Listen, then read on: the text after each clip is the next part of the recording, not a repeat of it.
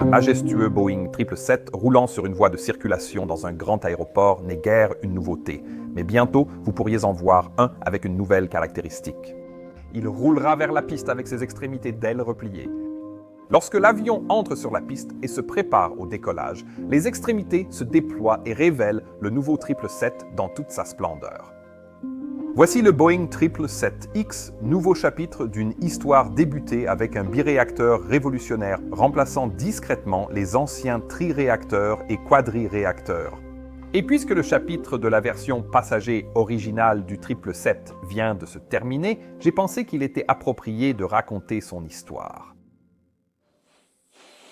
Après son arrivée, le Boeing 777 est rapidement devenu l'appareil long courrier de référence dans des aéroports comme Londres LAX John F. Kennedy et même dans certains plus petits. Il a eu tellement de succès qu'il a pratiquement mis fin au règne de la Reine des Cieux, le puissant Boeing 747.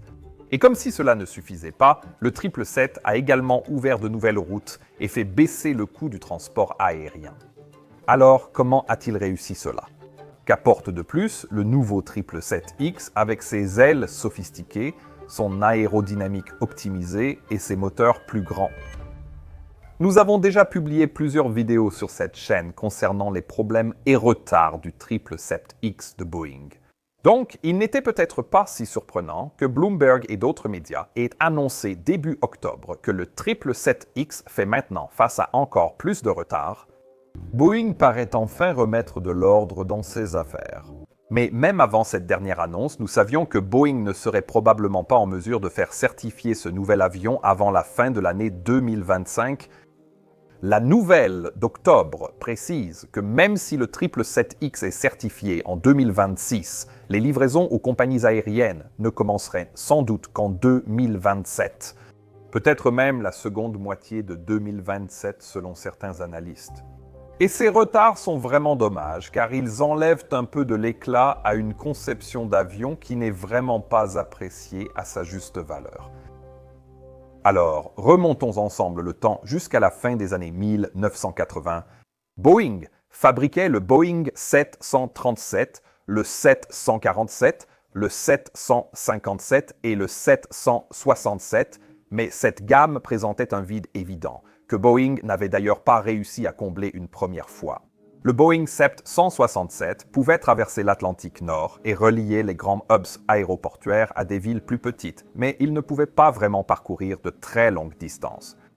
Dans la catégorie des longues distances, le Boeing 747 pouvait relier presque toutes les routes et transporter de nombreux passagers entre les hubs. Mais il coûtait aussi une fortune à exploiter. Les compagnies aériennes voulaient un avion intermédiaire entre le 767 et le 747. Un avion avec l'autonomie de la Reine du Ciel, mais un peu plus petit pour desservir des routes à moindre demande. Au départ, Boeing a essayé d'utiliser un 747 plus petit pour cela, le Boeing 747 SP, dont nous avons parlé dans une vidéo précédente. C'était essentiellement une version plus courte des premiers 740, 700 et 200 conçus pour les longues routes à faible demande. Mais cet avion avait toujours les problèmes liés à l'utilisation de 4 moteurs, ce qui signifiait que son économie n'était pas vraiment logique sur la plupart des routes. Il était donc condamné à rester un avion de niche. Boeing avait surtout besoin d'une solution révolutionnaire. Et pendant un court moment, ils ont même envisagé d'équiper le futur 777 de 3 moteurs dans une configuration très similaire à celle du Douglas DC-10 ou du DC-11. Mais heureusement, cette idée n'est pas allée très loin. Ce que Boeing a fait à la place était assez inhabituel pour l'époque. Ils ont réuni les compagnies aériennes clientes potentielles et les ont invitées à participer au processus de conception, et ils l'ont fait dès les toutes premières étapes de la phase conceptuelle du projet. United, ANA, British Airways, Lufthansa et quelques autres ont tous été invités, et il s'est avéré qu'ils avaient beaucoup de choses à dire. Pour être clair, ce n'était pas un simple groupe de discussion. Boeing attendait de vraies contributions à la conception. Et cette stratégie faisait partie du même esprit de collaboration que l'entreprise entretenait avec ses employés à l'époque. Un Boeing très différent de l'entreprise que nous connaissons aujourd'hui. Quoi qu'il en soit, il s'est vite avéré que ce que les compagnies aériennes voulaient, ce n'était pas un avion à 4 ou 3 moteurs. Elles voulaient Ce que Boeing, et en fait Airbus aussi, avaient déjà montré qu'il était possible de faire avec le Boeing 767 et l'Airbus A300, un biréacteur plus grand.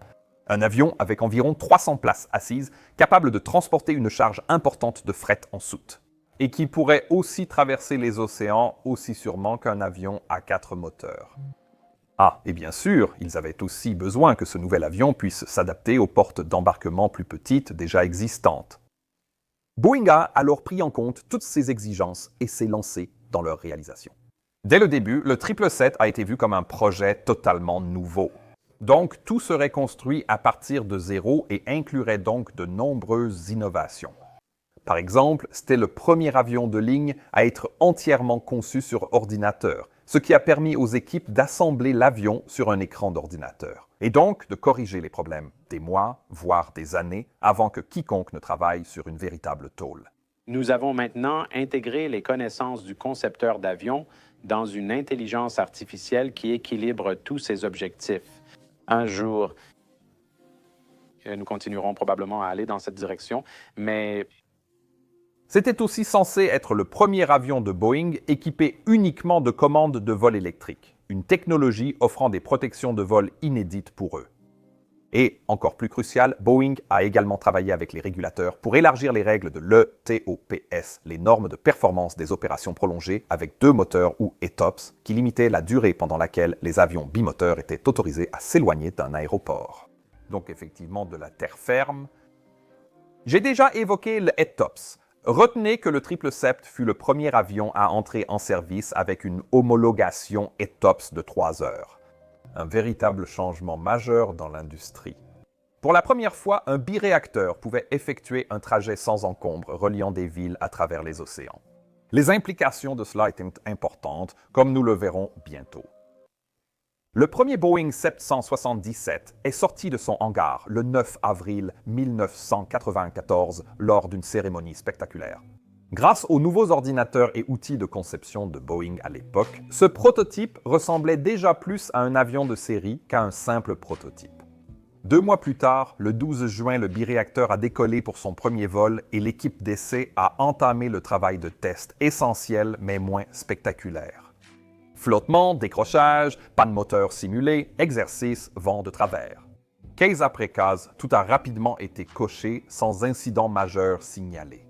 La certification de la FAA et d'autres autorités est arrivée dès le printemps suivant, et le client de lancement, United, a ensuite pris livraison du tout premier Boeing 777-200 flambant neuf le 15 mai 1995.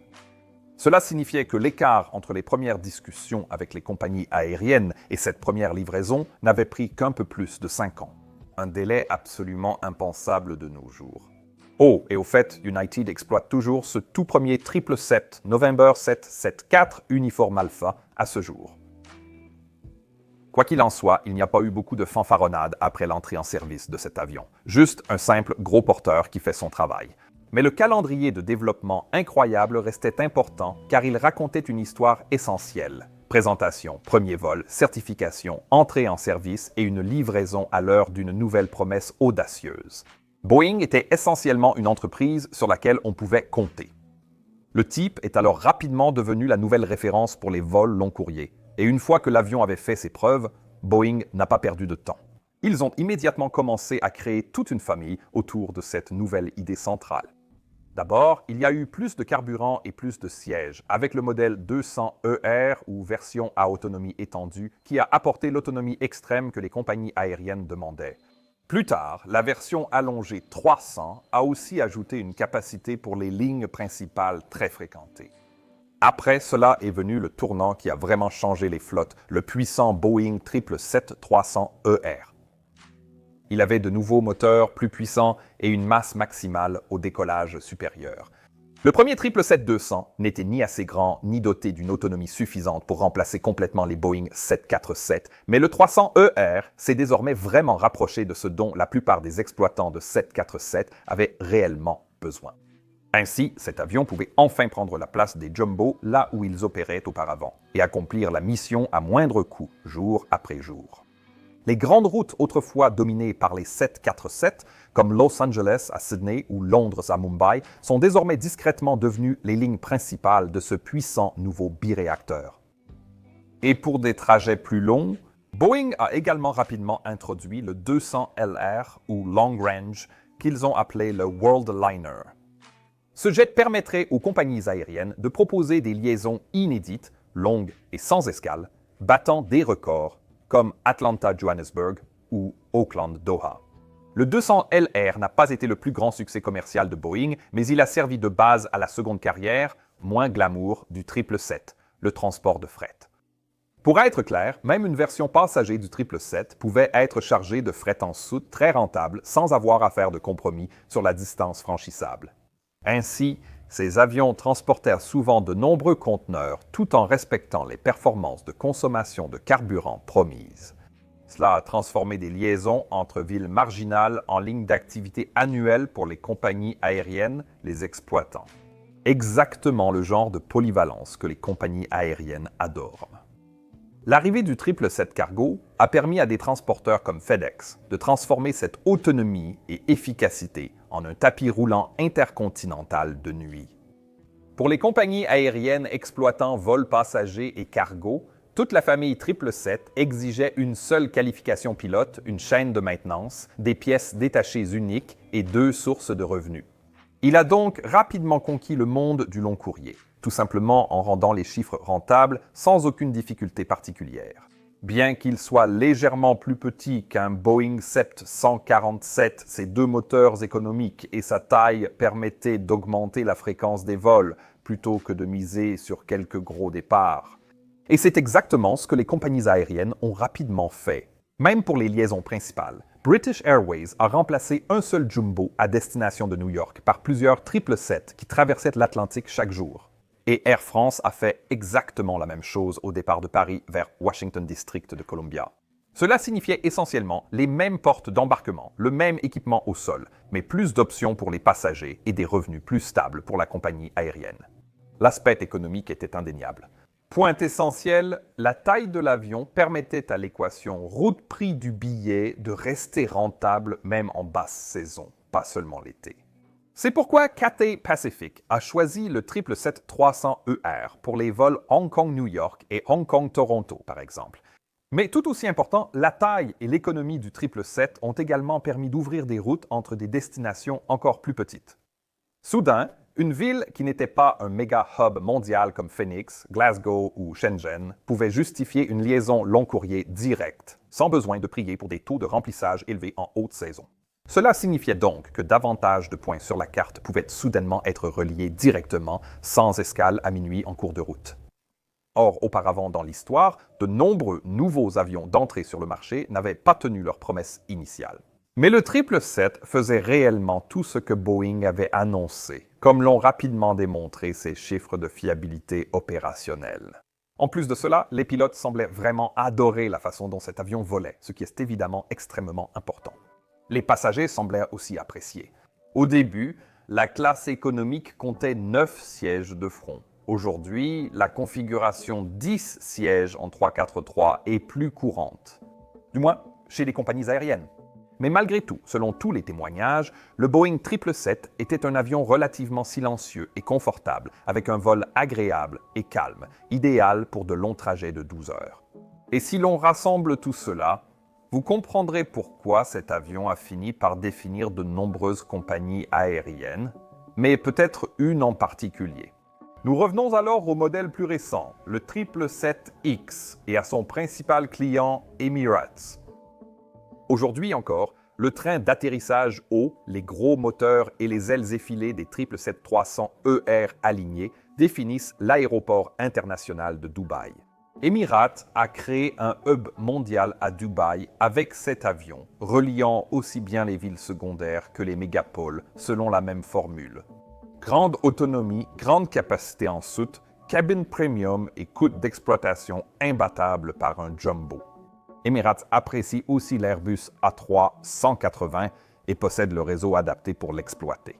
Avec le 777-300ER, leurs planificateurs peuvent augmenter la fréquence vers plus de destinations quand la capacité de l'Airbus A380 n'est pas nécessaire. Mais un appareil dont la taille se situe entre le 777-300ER et l'Airbus A380 ne ferait probablement pas de mal, n'est-ce pas? Malgré son succès, certaines compagnies aériennes ont continué à exploiter les 747 bien après l'arrêt de la plupart des opérateurs, du moins pour le transport de passagers. Et donc, Boeing s'est retrouvé face à un défi intéressant. Remplacer les quelques 747 restants par un 777 encore plus grand et remplacer la flotte actuelle de 777 qui commence maintenant à vieillir un peu. C'est une tâche difficile pour un avion aussi réussi et, honnêtement, dont la conception reste encore assez récente. Et ce qu'ils ont proposé, c'est le 777X. L'objectif était de proposer aux compagnies aériennes un avion similaire, mais plus confortable, moderne et économe en carburant. Conserver aussi la qualification des pilotes et les chaînes d'approvisionnement pour pièces et maintenance. En gros, une transition sans accroc, en d'autres termes. En termes simples, le Boeing 777X est une version de l'avion précédent dotée de nouvelles ailes et de nouveaux moteurs. L'aile est très légère et grâce à ses extrémités repliables, elle obtient un rapport d'allongement beaucoup plus élevé, ce qui aide à réduire la traînée.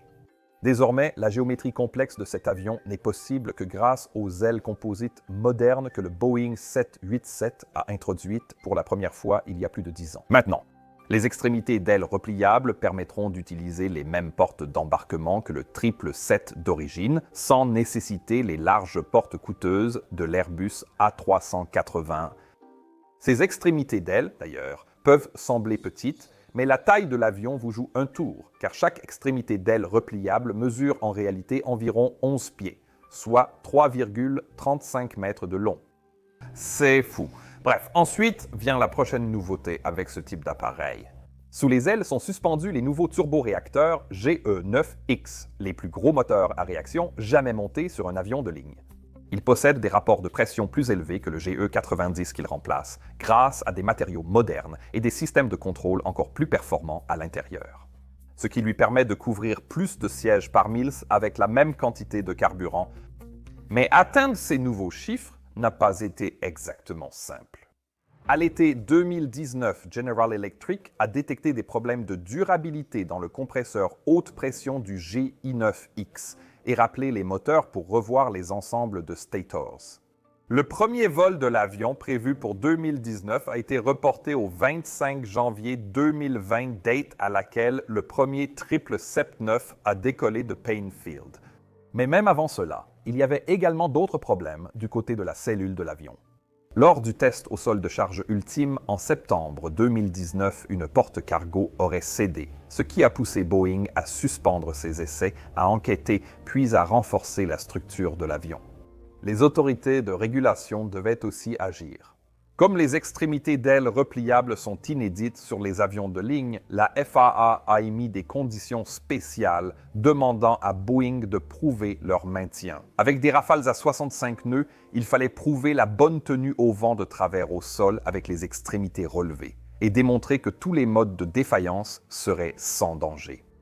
Après les accidents du 737 MAX, la certification des nouveaux avions est devenue bien plus complexe, notamment pour le 777X. En juin 2021, la FAA a dit à Boeing de ne pas compter sur une approbation à court terme et le calendrier du programme a ensuite été de nouveau retardé. Des rapports ont aussi signalé un tangage non commandé lors d'un vol d'essai en 2020 nécessitant un ajustement du logiciel de contrôle de vol. Ce qui, après les incidents liés au système d'augmentation des caractéristiques de manœuvre, était exactement le genre de choses que les autorités de régulation surveillaient de très près. Et puis, bien sûr, est arrivée la partie que personne n'avait prévue. La pandémie, les blocages chez les fournisseurs et la lenteur pour aligner la paperasse, les points de test et les correctifs. En même temps, les compagnies aériennes ont repoussé les livraisons et réorganisé leur flotte, tandis que Boeing poursuivait les essais en vol, clôturait les constats et travaillait sur les pièces redessinées. Mais quoi qu'il fasse, les plannings n'ont cessé de glisser depuis lors. Le carnet de commandes du nouveau 777X semble maintenant beaucoup plus réduit que celui de ses prédécesseurs. Voici le rebondissement dans cette odyssée. La raison pour laquelle le 777X n'a pas un attrait plus large n'est pas vraiment la concurrence d'Airbus. En réalité, c'est la concurrence au sein même de la gamme de Boeing. Même si la demande pour un 777 légèrement plus grand existe, celle pour un modèle un peu plus petit est encore plus forte. Le Boeing 787 est un véritable succès depuis son premier vol en 2008. Et c'est parce qu'il a essentiellement repris la même logique bimoteur que le 777, tout en réduisant le risque. Des coûts de trajet plus bas, une cellule plus légère et une cabine vraiment confortable, en plus de sa taille plus petite, signifiaient que relier des villes secondaires devenait désormais encore plus facile. Choisissez 2 points sur le globe. Il y a de grandes chances qu'un 787 puisse les relier. Le 787 n'a pas seulement ouvert de nouvelles routes, il a aussi changé la façon dont les planificateurs les concevaient. Au lieu de se demander, peut-on remplir un avion de 350 places chaque jour? La question est devenue, pouvons-nous être rentables toute l'année avec 260 à 300 sièges? Encore une fois, c'est l'aspect toute l'année que les gens oublient souvent. On le constate dans les plans de flotte. Le 777-200 a été le premier à être impacté lorsque le 787-9 a pris en charge ses missions, avec une consommation de carburant améliorée et des coûts de trajet plus avantageux. Cela a permis aux compagnies aériennes de commencer progressivement à envoyer ces plus petits 777 vers le désert. Même sur les routes où un 777 restait performant, le 787 restait rentable avec moins de passagers. Et c'est pourquoi vous verrez le Dreamliner arborer les couleurs officielles aussi bien des compagnies historiques que des nouvelles compagnies. Tout le monde apprécie un avion qui permet de dire oui à un marché long courrier sans devoir tout miser dessus. Et maintenant, Airbus fait bien sûr exactement la même chose avec l'Airbus A350. Alors, où cela laisse-t-il le 777X? Eh bien, en fait, exactement là où il était prévu dès le départ. Les grandes lignes nécessitant 380 à 420 sièges et une réelle capacité de fret. Dans des aéroports comme Dubaï, où les créneaux sont rares et la fréquence ne suffit pas. Mais la croissance quotidienne du long courrier, les villes secondaires, les liaisons de niche, les variations saisonnières, eh bien, c'est désormais le territoire du 787. Donc, pour résumer ici, le 777 d'origine n'a pas gagné avec un spectacle, il a gagné grâce aux mathématiques et à la fiabilité, ce que fait également maintenant le 787. Il est arrivé à effectuer de longs trajets et transporter de vraies cargaisons sans problème, permettant aux compagnies aériennes d'établir des plannings efficaces. Et le 777X est l'héritier de cette mission. Son histoire jusqu'à présent a été, un peu chaotique, c'est certain. S'il tient ses promesses, il deviendra la solution idéale pour ces routes principales très fréquentées. Et j'espère vraiment que ce sera le cas, car c'est un avion fantastique qui rappelle vraiment les véritables heures de gloire de Boeing. Qu'en pensez-vous? Le 777X sera-t-il un succès? Dites-le en commentaire. Ou rejoignez mon équipe sur Patreon via ce QR code pour partager vos réflexions directement. Et aidez-nous également à créer ce type de vidéo. Je suis Peter Hornfeld, vous êtes sur Mentor Now. Passez une excellente journée, à la prochaine. Au revoir.